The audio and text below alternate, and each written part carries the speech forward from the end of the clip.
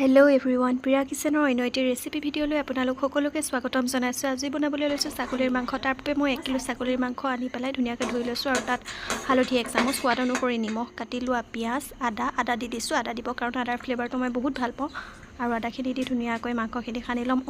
আপুনি ইয়াতে অলপমান মিঠাতেলো দি দিব। মিঠাতেল দি ধুনীয়াকৈ মাংসখিনি মেৰিনেট কৰি থ'ব 1 ঘণ্টামানৰ সময় কাৰণে। মই পাহৰি গৈছিলোঁ মিঠাতেল অলপ দি দিছোঁ।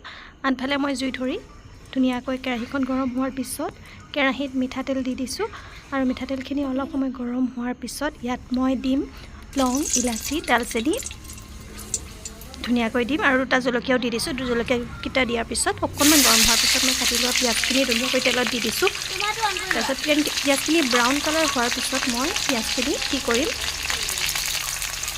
পিঁয়াজখিনি 2 মিনিটমান ভাজা হোৱাৰ পিছত ধুনীয়াকৈ ব্ৰাউন কালাৰ আহি যাব। তাৰপিছত মই মেৰিনেট কৰি থোৱা মাংসখিনি ইয়াত এড কৰি দিম আৰু মাংসখিনি ধুনীয়াকৈ লৰাই ঢাকন লগাই দিম আৰু কম জুইত ভাজিম। কম জুইত ভাজিলে কাৰণ মাংসখিনি টেষ্টি হয় আৰু ছাগলী মাংসৰ যিটো গোন্ধ থাকে অকণমান, সেই গোন্ধটো নোহোৱা হয়। আৰু মাংস এয়া মই মাজে মাজে চাই আছোঁ, ঢাকন লৰাই মাজে মাজে লৰাই দিম আৰু ঢাকনখন ঢাকি থৈ দিম। এয়া মাংস সিজিছে। মই ইয়াত দিছোঁ আদা, নহৰু, জিৰা, জালুকৰ পেষ্ট এটা বনাই লৈছোঁ। সেইখিনি মই ধুনীয়াকৈ দি পেলাই মাংসখিনি মিক্স কৰি দি আকৌ ঢাকি ৰাখিম, মাজে মাজে লৰাই দিম। এয়া মাংস সিজিছেই আমাৰ। তাৰপিছত ইয়াত মই এড কৰিম অলপ সময়ৰ পিছত কাটি লোৱা আলুখিনি এড কৰি দিম আৰু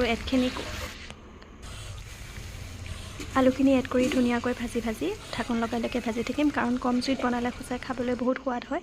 আলু এয়া সিজিছে অলপমান আৰু মই পানী অকণমানকৈ দি দিম কাৰণ একেৰাহে পানীখিনি দিলে খাবলৈ বেয়া হ'ব।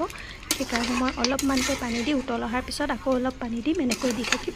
এতিয়া অকণমান ঢাকন লগাই দিম। ঢাকন লগাই দিয়াৰ পিছত উতল আহিবলৈ বাট চাম।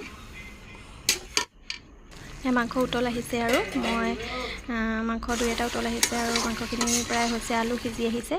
আলুখিনি সিজাৰ পিছত মই ইয়াত পানী ঢালি দিছোঁ আৰু ইয়াত মই ছানৰাইজৰ গৰম মছলা, মিট মছলা আৰু মিট মছলা দি দিছোঁ আৰু ধনিয়াৰ পাত দি পেলাই উতল আহিবলৈ বাট চাম আৰু উতল অহাৰ পিছত আমাৰ ইয়াত খাবলৈ ৰেডি হৈ গ'ল। তেনেহ'লে কেনে লাগিছে ভিডিঅ'টো চাই কমেণ্ট কৰিব। আজিলৈ আহিছোঁ, বাই।